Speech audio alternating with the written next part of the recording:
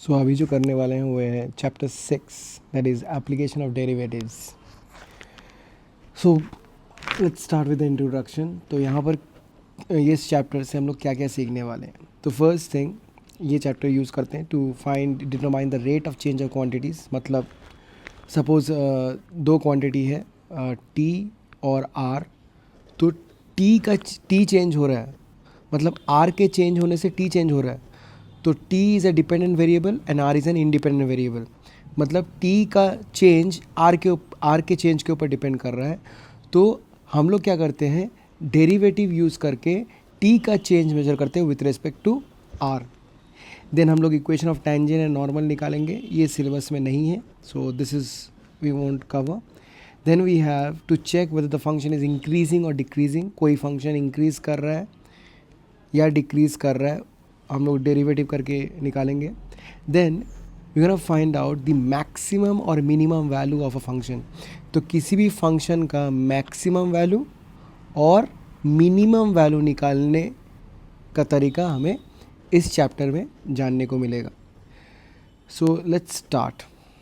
So the first thing we see is that हम लोग chapter 5 already cover कर चुके हैं। तो चैप्टर 5 में the main thing which we use to see is dy/dx। तो ये सबसे मेन चीज़ था जिसके बारे में हम लोग पूरा चैप्टर 5 डील किया। डिफ्रेंशिएशन ऑफ, तो ये क्या था, differentiation of y with respect to x। मतलब मैं y को डिफ्रेंशिएट कर रहा हूँ विथ रिस्पेक्ट टू x। तो अगर जिसको मैं डिफ्रेंशिएट कर रहा हूँ मतलब यहाँ पर y कर रहा हूँ, तो y बन जाता है डिपेंडेंट वेरिएबल। y जो है वो है डिपेंडेंट वेरिएबल, और जिसके रिस्पेक्ट में कर रहा हूँ, x के रिस्पेक्ट में कर रहा हूँ, तो x बनेगा इंडिपेंडेंट वेरिएबल। उसका मतलब जो y का वैल्यू है वो x के ऊपर डिपेंड कर रहा है और x किसी के ऊपर डिपेंड नहीं कर रहा है। तो हम लोग जैसे कि सपोज सोच लो y is equal to x square है, और if we have been asked to find dy/dx, तो यहाँ पर dy/dx करने के लिए हम लोग क्या करते थे, differentiating both side with respect to x।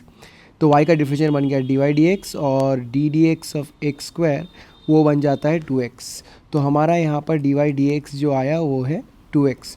So this is how we use to do differentiation of any given function. Implicit function किया है, इन्वर्स ट्रिग्नोमेट्रिक फंक्शन का डिफ्रेंशिएशन किया है, लॉगरिथमिक फंक्शन का डिफरेंशिएशन किया है, एक्सपोनेंशियल फंक्शन का किया है। तो बहुत सारा फंक्शंस का डिफरेंशिएशन हम लोग ऑलरेडी चैप्टर 5 में कवर कर चुके हैं। नाउ अब इस डिफरेंशिएशन को हम लोग अलग तरीके से भी समझ सकते हैं। वो क्या, वो ये है rate of change of quantities, जो हम लोग इंट्रोडक्शन के पहले लाइन पे ही था कि it is derivatives are used to determine the rate of change of quantities.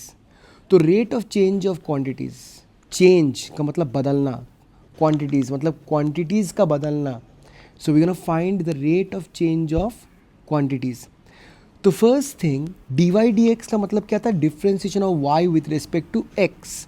अब उसी चीज़ को मैं अलग तरीके से भी पढ़ सकता हूँ, वो है rate of change of y with respect to x के रिस्पेक्ट में y का चेंज मेजर कर रहा हूँ।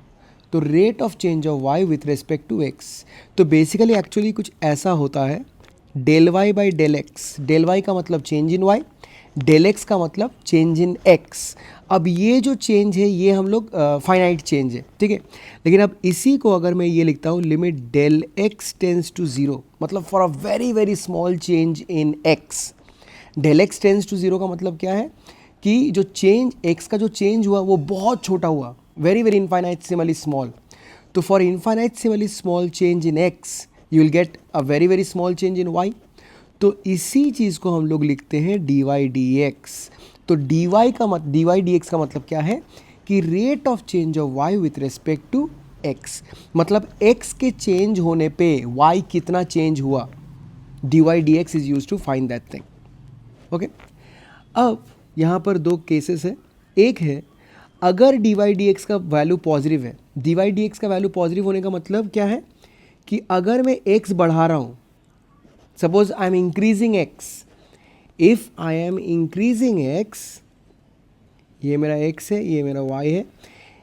If I am increasing x और मेरा y का वैल्यू भी इंक्रीज कर रहा है, तो मेरा अगर y का वैल्यू भी इंक्रीज, मतलब ये है y2 - y1 divide by x2 - x1। तो जब मैं x बढ़ा रहा हूँ तो तो obviously x2 is greater than x1, तो x के बढ़ाने से y भी बढ़ रहा है, उसका मतलब y2 is greater than y1, तो ऊपर में भी पॉजिटिव है, नीचे में भी पॉजिटिव है. सो इसका मतलब if dy dx is positive तो दिस इज एक्चुअली पॉजिटिव. तो dy dx पॉजिटिव होने का मतलब क्या है, y increases with an increase in x.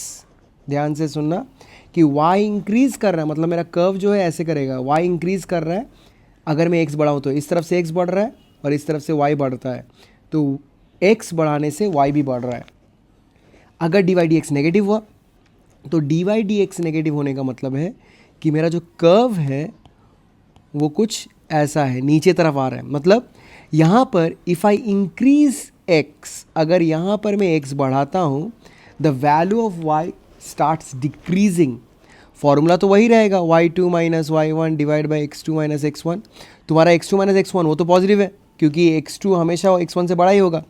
लेकिन अगर तुम y2 देखोगे, यहाँ पर सपोज सोच लो x1 है और ये y1, ये y2 है, ये x2.